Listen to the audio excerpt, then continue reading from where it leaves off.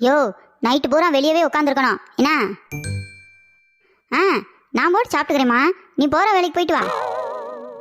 யோ, நான் எங்கேயும் போகலையா, வீட்டுக்குள்ளே தான் தூங்க போகிறேன். நீ வெளியவே உட்காந்து காவை காத்துட்டுரு.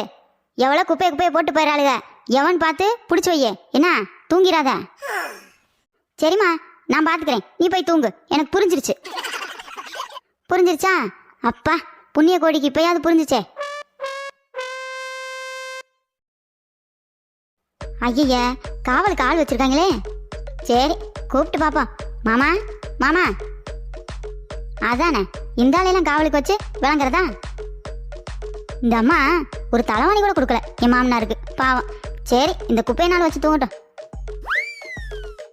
பாரியா, சின்ன மாமனார் காவ காக்குறாரு போலையே. என் மாமனார்னால படுத்துக்கிட்டு தூங்கினாரு, என் சின்ன மாமனார் உக்காந்துக்கிட்டே தூங்குறாரு. இவர் காவ காக்குறாராம். என்னம்மா? யோ, எந்திரியா. என்னம்மா, குப்பையை கொண்டு போய் போடணுமா? முதல்ல எழுப்பியிருக்க வேண்டியதானம்மா, போய் போட்டு வந்திருப்பேன்ல. சரிம்மா, நான் போய் போட்டு வந்துடுறேன். யோ, நான் என்ன சொல்றேன்னு கேட்டு போயா. இருமா, நான் போய் போட்டு வந்து பேசுறேன்.